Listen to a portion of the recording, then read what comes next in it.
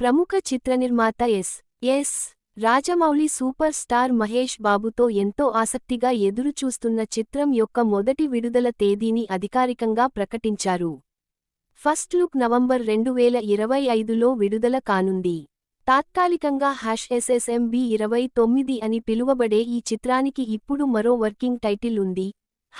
#గ్లోబ్ట్రాటర్. ఇది ప్రపంచాన్ని చుట్టే సాహసోపేతమైన ఇతివృత్తాన్ని సముచితంగా వివరిస్తుంది.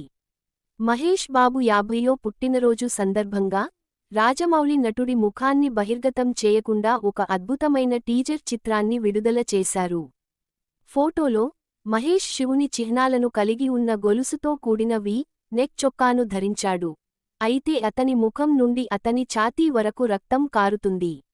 ఇది సరళమైన కానీ ఆకర్షణీయమైన దృశ్యం.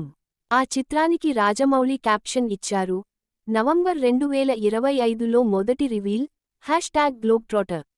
భారతదేశంలో మరియు ప్రపంచవ్యాప్తంగా ఉన్న ప్రియమైన సినిమా ప్రేమికులారా, అలాగే మహేష్ అభిమానులారా, మేము షూటింగ్ ప్రారంభించి చాలా కాలం అయింది మరియు ఈ చిత్రం గురించి తెలుసుకోవాలనే మీ ఆసక్తిని మేము అభినందిస్తున్నాము.